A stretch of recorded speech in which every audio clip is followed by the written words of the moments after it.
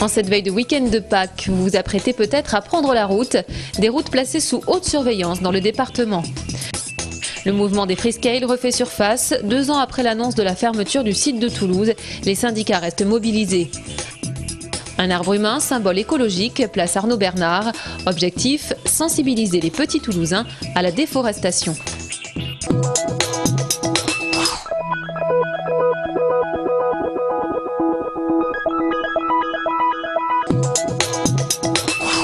Depuis le 14 avril et jusqu'au 8 mai, le plan Prime Vert de la gendarmerie est mis en place sur le territoire.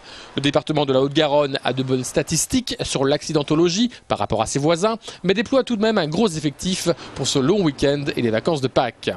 Les opérations qui sont mises en place sont basées sur deux aspects. L'aspect, je dirais, prévention, où on mettra un maximum d'effectifs sur le terrain visible afin de dissuader certains conducteurs de commettre des infractions, et un autre dispositif plus répressif qui est chargé de verbaliser les infractions graves et génératrices d'accidents dans les flots de circulation.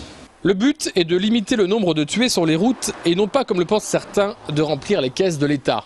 Il n'est jamais question de faire du chiffre, c'est juste que le vacancier arrive à bon port et en bonne santé. 300 gendarmes seront dispatchés sur les routes et les autoroutes. Comme on dit dans le jargon, on va voir du bleu. Réseau Ferré de France marque sa préférence pour le tracé D entre Campsasse et Toulouse.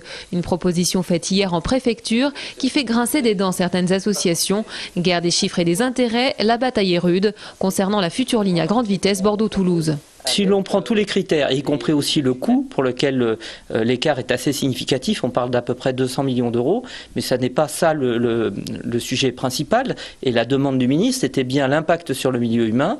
Donc sur l'ensemble de ces critères, on voit que les tracés à l'intérieur du fuseau D sont moins impactants sur le milieu humain que les tracés le long de l'autoroute. Les chiffres proposés sur le financement étaient faux hier, puisque depuis 1 an, on nous annonce un chiffre sur notre tronçon d'environ 1 milliard d'euros, et là, le tracé D coûterait maintenant 1,2 milliard d'euros à peu près. Donc une augmentation quand même de 20% sur simplement 1 an. Il faut vraiment que le train arrive, sinon je ne sais pas combien ça va coûter à force. Le TGV attendu à Toulouse à l'horizon 2020. D'ici là, le gouvernement va devoir trancher, normalement début juillet, sur le futur tracé. Une tâche compliquée quand on sait par exemple que le Tarn-et-Garonne menace d'ores et déjà de ne pas financer la LGV.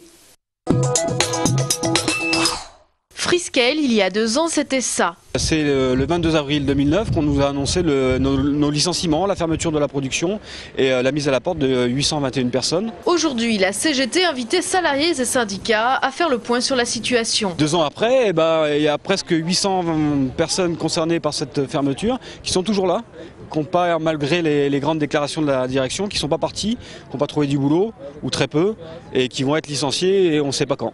Pour la direction, la fermeture est toujours prévue à la fin de l'année, sans plus de précision. De l'intérieur, c'est beaucoup de désillusions. Il y a des gens qui n'ont pas encore fait le deuil de leur boulot, qui ont du mal à appréhender qu'à la fin, il va y avoir une fin et qu'il va falloir partir. Et le fait de ne pas savoir exactement qu'à telle date, ils vont devoir partir, ça n'aide pas à faire le deuil.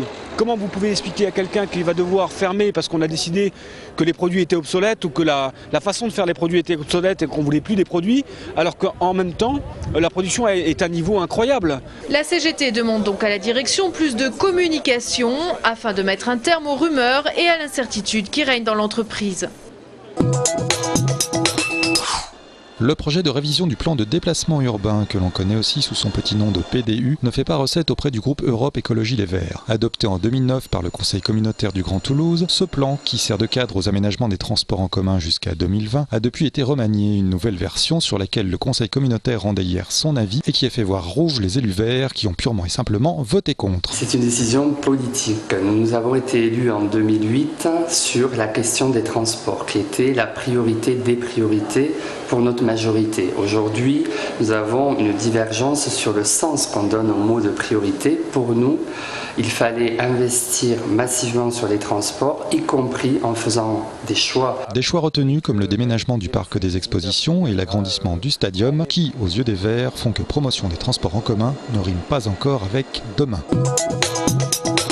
C'est aujourd'hui la 41e édition de la Journée mondiale de la Terre. À cette occasion, l'ONG Planète Urgence a organisé dans 9 villes françaises dont Toulouse l'opération Dessine-moi un arbre pour sensibiliser petits et grands à la lutte contre la déforestation dans le monde. 70 collégiens ont formé un arbre humain, symbole écologique pour la protection de la planète. Je trouve qu'on n'en parle pas assez souvent justement parce que sinon, par exemple dans la forêt amazonienne, ils continuent à abattre des arbres et il y en a de moins en moins. Planète Urgence participe également à des programmes de reforestation en Indonésie, à Haïti, au Mali et à Madagascar, programme auquel tout le monde peut participer. Depuis 5 ans, Planète Urgence a planté plus de 3 millions d'arbres dans le monde. Cette année, ils ont l'ambition d'en planter 830 000 pour un budget de plus d'1 million d'euros. Une connexion sur le site monarbre-matribu.com permet de replanter des arbres pour 1 euro. C'est pour faire passer un message enfin, d'aller voir sur le site, qu'il y ait de plus de personnes qui aillent sur le site et qui soient avec eux pour qu'il y ait plein de personnes et plein d'arbres plantés.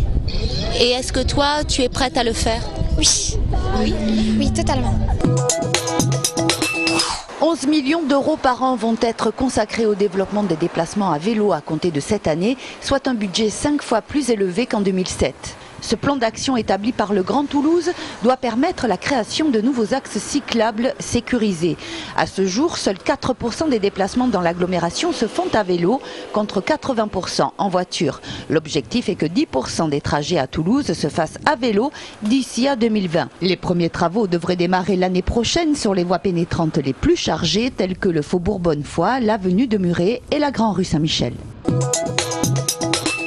Le festival Alchimie du jeu ouvre ses portes ce soir de 18h à 2h du matin, puis tout le week-end au Parc des Expositions. En constante croissance, le festival a passé l'an dernier le cap des 10 000 visiteurs. Et pour cette 10e édition, place au jeu Grandeur Nature. L'entrée est gratuite. 25e journée du championnat ce week-end pour le Stade Toulousain. Les Rouges et Noirs affrontent Bourgoin samedi au Stade Ernest Vallon. En cas de victoire, les hommes de Guinoves valideront leur billet direct pour les demi-finales du top 14. A noter que Dussautoir pourrait jouer un bout de match tandis qu'Albacete, Claire et Émence devraient être titularisés. Coup d'envoi samedi dès 14h30. Le Toulouse Football Club de son côté va jouer un match décisif pour son maintien en Ligue 1. Les hommes d'Alain Casanova se déplacent au Stade Malherbe pour affronter Caen. Les Violets actuels 14e du championnat ne possèdent que 3 points d'avance sur leurs concurrents normands. Statistiques peu flatteuses, les Toulousains n'ont en effet gagné qu'un seul match lors de leurs 9 dernières rencontres. Il faudra au TFC casser cette mauvaise dynamique. Quant TFC, le coup d'envoi est programmé dimanche dès 17h. Jusqu'au 21 août, le musée des abattoirs expose ses chefs-d'œuvre modernes et contemporains. Le gigantisme et la force sont au rendez-vous. Picasso, Kounelis, Soulages, Seurat. Le musée veut montrer aux Toulousains et aux touristes qu'il en a dans le coffre. Certains seront heureux de revoir des travaux d'artistes appartenant au fond de l'institution. Et pour les réfractaires, laissez-vous porter, laissez-vous bousculer.